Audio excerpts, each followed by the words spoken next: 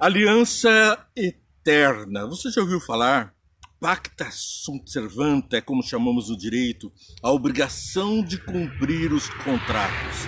Ficamos ligados a alianças feitas, às tratativas, a contratos, a formas de perceber a intenção um do outro, de continuar sendo ligados por um objeto.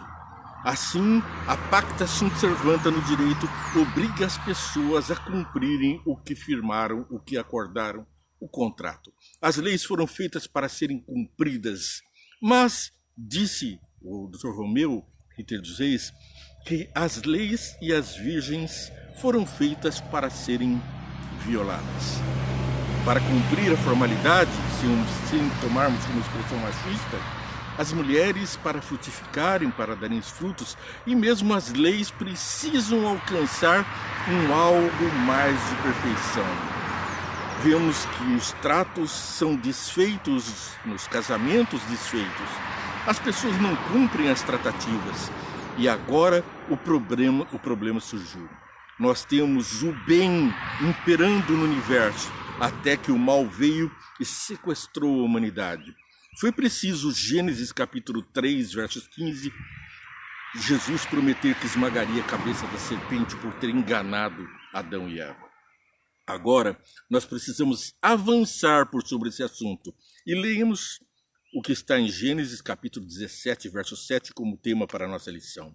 Estabelecerei uma aliança entre mim e você, a sua descendência, no decurso das suas gerações. Aliança perpétua para ser o seu Deus e o Deus da sua descendência. Aqui é uma oblação, é o que chamamos o direito de uma proposta que alguém faz publicamente para quem interessar possa. E é uma aliança gratuita, onde Deus se oferece para pagar o preço para manter uma aliança como nosso Deus. Ele esmaga a cabeça da serpente e se faz o nosso Deus. Então, passamos a amar aquele que nos redarguiu do mundo do pecado, da escravidão que imposta por Satanás. Aqui, então, Deus vai estabelecendo em toda a Bíblia a sua aliança comigo e com você. Bom, ao vermos essa aliança, começamos por Apocalipse, o último livro da Bíblia, no capítulo 14, verso 6.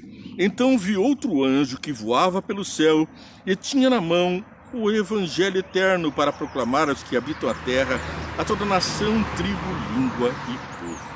Aqui então nós temos o anjo enviado por Deus para nos dar a mensagem da aliança eterna. Que mensagem é essa? É preciso compreendermos o significado. Leio novamente e avanço na leitura. Apocalipse 14, versos 6 e seguintes. Então vi outro anjo que voava pelo céu e tinha na mão o evangelho eterno, para proclamar aos que habitam a terra e a toda nação, tribo, língua e povo. Ele disse em alta voz: temam a Deus e dê-lhe glória, porque chegou a hora do seu juízo. Adorem aquele que fez os céus, a terra, o mar e a fonte das águas. É o último livro da Bíblia, lembrando do Gênesis, o primeiro livro da Bíblia. No princípio, criou Deus os céus e a terra. O dono do universo, aquele que nos fez, nos convida a proclamar este evangelho. E segue. Um segundo anjo seguiu, dizendo: caiu a grande Babilônia, a confusão espiritual, a confusão de ideias, a má interpretação da palavra de Deus, os falsos pastores que proclamam heresias por ganância, distorcem a palavra de Deus para fazerem discípulos, apóstolos, que seguidores. Hoje está na moda. Caiu essa grande confusão que fez todas as nações beberem do vinho da fúria da sua prostituição. Chegará esse dia, e depois desse dia vem o terceiro anjo. Um terceiro anjo seguiu dizendo em alta voz: se alguém adorar a besta e a sua imagem e receber a sua marca na testa ou na mão, também beberá do vinho do furor de Deus. Bem, o que é adorar a besta, receber o sinal? Deus tem um sinal de sua aliança. É o tema que vamos estudar durante essa semana. E é importante que nós nos firmemos nesse sinal e nesta aliança. Não adotemos o sinal da transgressão, da oposição a Deus. Porque Satanás também tem um sinal característico. Ele cuidará em adulterar os tempos e a lei. Quem? A besta do Apocalipse. Aquela que o dragão deu poder. Dragão é Satanás, diz aqui no Apocalipse, se chama de dragão. E Satanás adultera a palavra de Deus, transtorna os mandamentos. E alguns, sabendo disso, preferem as vantagens de ceder ao inimigo e a obedecer os mandamentos de Satanás. Esses recebem o sinal na testa. Outros vão receber na mão, porque não compreendem exatamente a profundidade desse problema da transgressão da lei de Deus. Acabam, portanto, fazendo as obras do inimigo sem ter a consciência, recebem o sinal na mão. Todos beberão do vinho que está lá no verso 10. Também beberá do vinho do furor de Deus que foi derramado sem mistura no cálice da sua ira. A ira de Deus, por quê? Porque Satanás destrói esse mundo pervertendo seus mandamentos. Enquanto Deus fala não matarás, ele diz certamente não morrerás. Enquanto Deus diz que não é para mentirmos, ele se apresenta como o pai da mentira, enganando até anjos nos céus. Satanás perverte os mandamentos de Deus através de homens que pregam sua palavra, distorcendo, torcendo, destruindo a palavra de Deus. Bom, Tito nos diz no capítulo 1, verso 2, a carta de Paulo a Tito, no capítulo 1, verso 2. Leio a partir do verso 1. Paulo, servo de Deus e apóstolo de Jesus Cristo, para levar os eleitos de Deus à fé e ao conhecimento da verdade que conduz à piedade, amor. Portanto, a mensagem de Deus nos conduz a amor, a amar os nossos próximos e a Deus sobre todas as coisas. Conduz à piedade, ao amor, fé e conhecimento que se fundamentam na esperança da vida eterna, a qual Deus, que não mente, prometeu antes dos tempos eternos. Então a promessa da aliança eterna, ela vem de muito antes, ela vem do princípio, ela vem do paraíso, vem da restauração do homem à imagem e semelhança de Deus como um fato, um ato de Deus, da graça divina. Porque quando nos contaminamos com o pecado, nós destruímos a essência de Deus que havia em nós e agora nos transformamos em imagem e semelhança do pecado. Não mais a imagem e semelhança de Deus. Agora estávamos nus no paraíso e nos demos conta disso, porque perdemos o contato com a fonte da vida, da sabedoria e de toda a fonte de amor. Bom, Isaías, um antigo profeta, fala no capítulo 24, do verso 4 até o verso 6. A terra seca-se e murcha, o mundo definha e murcha. Definham os nobres da terra. A terra está contaminada pelos habitantes porque desobedeceram às leis, violaram os decretos. É a quebra dos mandamentos, não é? E quebraram a aliança eterna. Portanto, o que é quebrar a aliança eterna? Voltamos no texto. Quebrar a aliança eterna é violar os decretos, desobedecer às leis. O homem faz isso e prega isso. E é por isso que então nós estamos desprovidos da glória de Deus. Por isso, verso 6, a maldição consome a terra, o seu povo é culpado. Por isso os habitantes da terra são consumidos pelo fogo ao ponto de sobrarem pouquíssimos. É o que nós estamos vendo no nosso mundo hoje. A destruição avassaladora, a separação da proteção de Deus, de um Deus de amor, um Deus protetor, nos conduz às intempéries da natureza, aos desastres da natureza, inundações, enchentes, terremotos, guerras, rumores de guerras, pestes e todo tipo de maledicência do homem para com o homem, homens insensíveis que não têm amor e que também não honram a sua palavra, quebram as suas alianças com os homens e violam a aliança oblata de Deus. Não aceitam, distorcem e por isso, consciente ou inconscientemente por suas obras, transmutam a lei de Deus e não entram na oblação da salvação. Ezequiel, capítulo 16, verso 60. Ezequiel, um contemporâneo ali de Isaías, veio depois. Ezequiel, capítulo 16, verso 60, leio a partir de 59. Eu tratarei como merece, porque você desprezou o meu juramento ao romper a aliança. Contudo, eu me lembrarei da aliança que fiz com você nos dias da sua infância, e com você estabelecerei uma aliança eterna. Então você se lembrará dos seus caminhos e se envergonhará do que receber suas irmãs, a mais velha e a mais nova.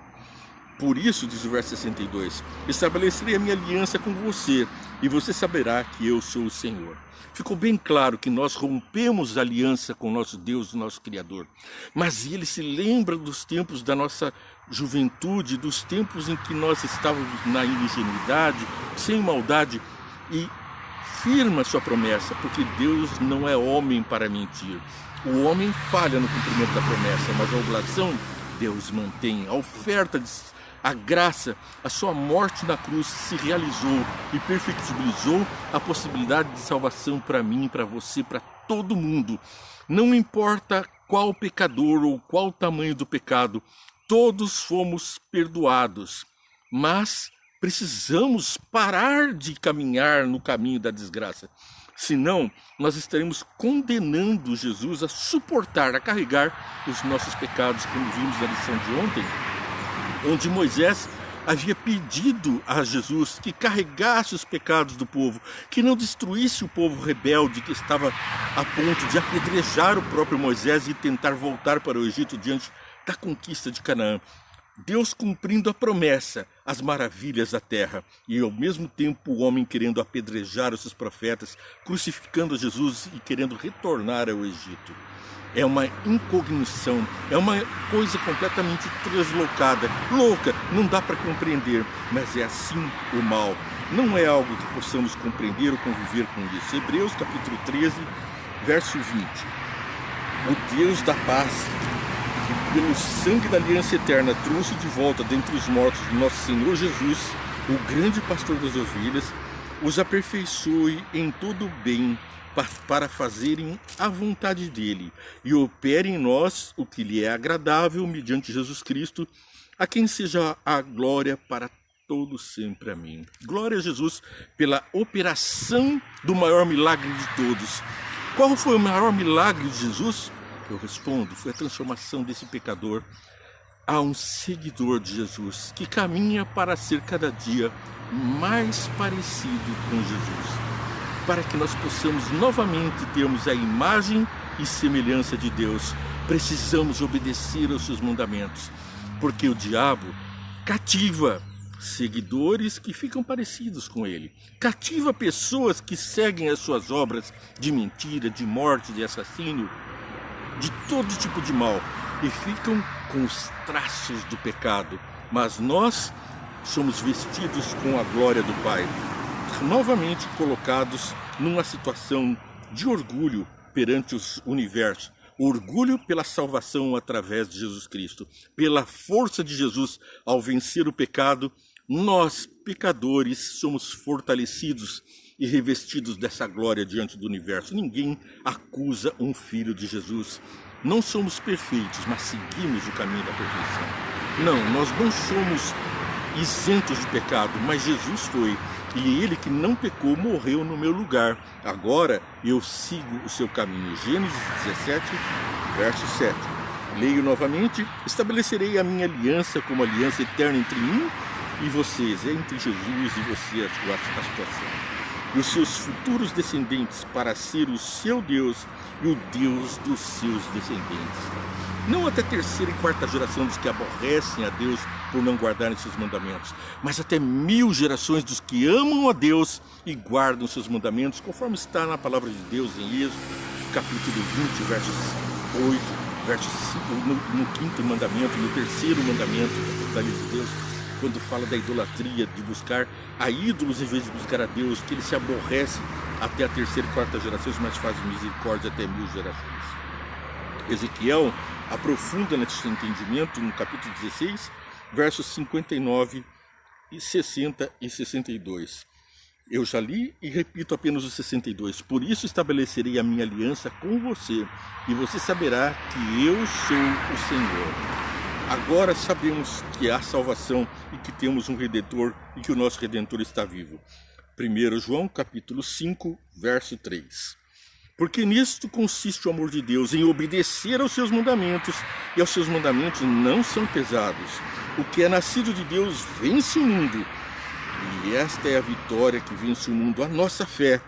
Quem é que vence o mundo? Somente aquele que crê que Jesus é o Filho de Deus. E no verso 11, e este é o testemunho, Deus nos deu a vida eterna, e essa é a vida que está em seu Filho. Quem tem o Filho tem a vida, quem não tem o Filho de Deus não tem a vida.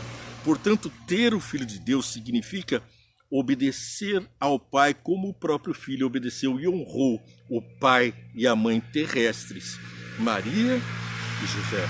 Mas ao mesmo tempo, ele disse, importa fazer a obra do meu pai, quando foi repreendido por Maria e por José, por ter ficado no templo em Jerusalém quando tinha 12 anos de idade. Agora, importa fazer a obra do pai. É a ponte entre os primeiros 4 mandamentos da lei de Deus, que dizem da relação do homem com Deus, para com os outros 5 mandamentos da relação do homem para com o homem. Esses são mandamentos de proteção para mim e para você, que nós encontramos agora no honra teu pai e a tua mãe, para que te prolongue os teus dias na terra que o Senhor teu Deus te dá. E honra teu pai, também refere ao Pai dos céus, portanto é a ponte entre as 2 tábuas da lei, as tábuas da relação do homem para com Deus e as tábuas da relação do homem para com o homem, passa pelo Pai, passa por honrar o Pai celeste e também honrar o nosso Pai terrestre, para que tenhamos prolongados os dias que o Senhor Deus nos dá aqui na terra e na vida eterna que está prometida a todos nós. Marcos capítulo 12, versos 30 e 31. Para finalizarmos a nossa programação, chamo para essa leitura. Ame o Senhor, o seu Deus, de todo o seu coração, de toda a sua alma, de todo o seu entendimento e de todas as suas forças. O segundo é este, ame o seu próximo como a si mesmo. Não existe mandamento maior que esse. Quem falou isso aí? Jesus. Para quem? Para mim e para você, quando ele estava respondendo aos mestres da lei que diziam. Um dos mestres da lei aproximou-se e ouviu discutindo. Notando que Jesus lhe dera uma boa resposta, perguntou-lhe, de todos os mandamentos, qual é o mais importante?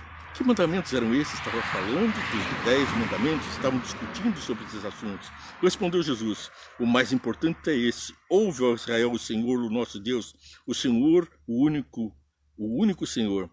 Ame ao Senhor teu Deus, guardando os 4 primeiros mandamentos.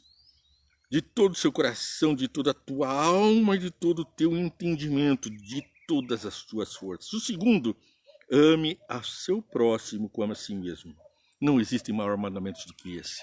Você está ouvindo Vê e Entende, um programa que vai ar diretamente para você.